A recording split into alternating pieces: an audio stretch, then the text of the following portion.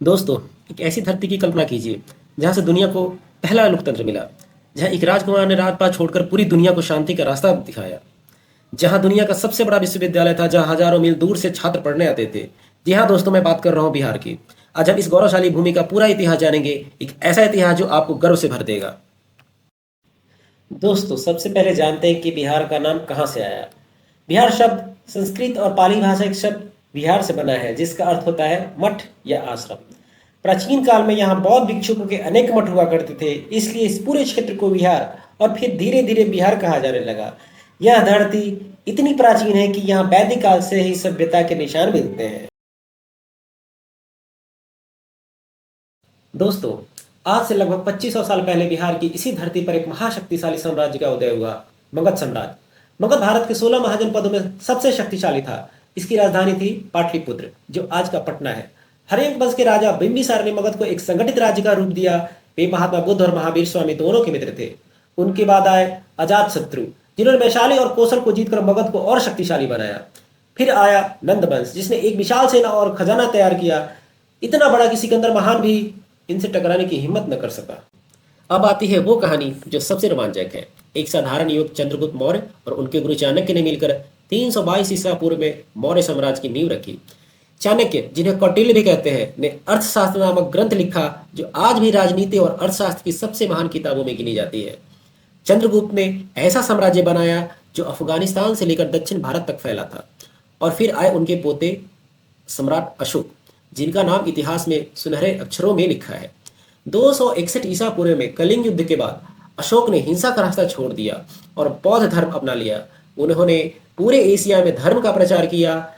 आज भारत का राष्ट्रीय प्रतीक अशोक का सिंह स्तंभ उन्हीं की देन है।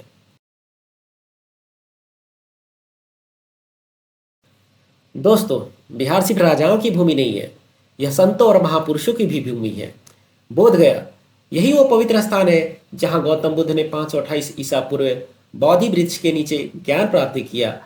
आज यहाँ का महाबोधि मंदिर और इसको विश्व धरोहर स्थल है। वैशाली, यहाँ जैन धर्म के 24वें तीर्थकर महावीर स्वामी का जन्म हुआ था। और यही वैशाली दुनिया का पहले गणराज्यों में से एक थी, जहाँ राजा नहीं बल्कि जनता मिलकर निर्णय लेते थे। यानी लोकतंत्र की शुरुआत बिहार से हुई। दोस्तों, क्या आप जानते हैं कि ऑक्सफोर्ड और कैम्ब्रिज से भी हजारों साल पहले एक बिहार में विश्वविद्यालय था, नालंदा विश्वविद्यालय। 5वीं से 12वीं शताब्दी तक यह दुनिया का सबसे बड़ा शिक्षा केंद्र था। यहाँ 10,000 से ज्यादा छात्र और 2,000 शिक्षक थे। चीन, कोरिया, जापान और दक्षिण पूर्व एशिया से छात्र यहाँ पढ़ने आते थे।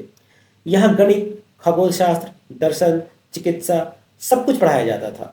लेकिन 1193 ईस्वी में बख्तियार खिलजी ने इस महान विश्वविद्यालय को जलाकर नष्ट कर दिया।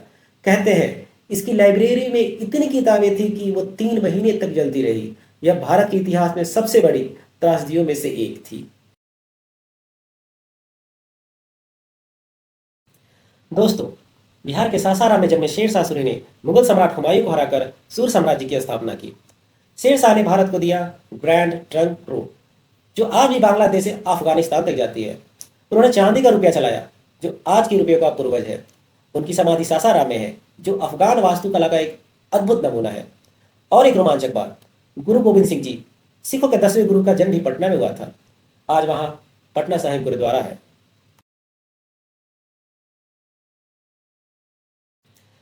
दोस्तों, क्या आपको पता है जब अंग्रेज ने भारत पर कब्जा किया तो बिहार ने सबसे पहले विरोध किया। 1857 के विद्रोह में कुंवर सिंह ने 80 साल की उम्र में भी अंग्रेजों से लोहा लिया। यह बिहार के वीरों का जज्बा था। 1917 में महात्मा गांधी पहली बार बिहार के चंपारण आए। यहाँ किसानों पर नील की जबरन खेती थोपी जा रही थी। गांधी जी ने चंपारण सत्याग्रह शुरू किया और यही उनका भारत का पहली बार आंदोलन बना। बिहार के राजेंद्र प्रसाद गांधी जी के सबसे करीबी सहयोगी बने और बाद में भारत के पहले राष्ट्रपति बने। 1942 में भारत छोड़ो आंदोलन में बिहार की जनता ने बढ़ चढ़कर हिस्सा लिया। और जयप्रकाश नारायण, जिन्होंने हम लोकनायक कहते हैं, उन्होंने 1974 में भ्रष्टाचार के खिलाफ बिहार में जेपी आंदोलन शुरू किया, जिसने पूरे देश की राजनीति बदल दी।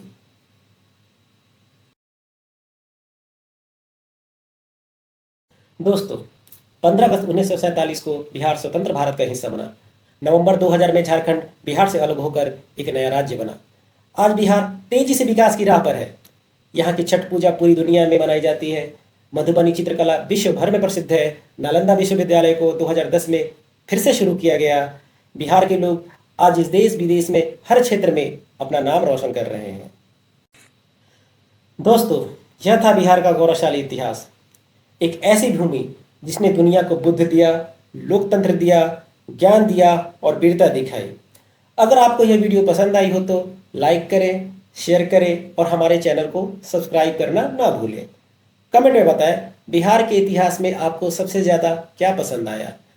मिलते हैं अगले वीडियो में। जय बिहार, जय भारत।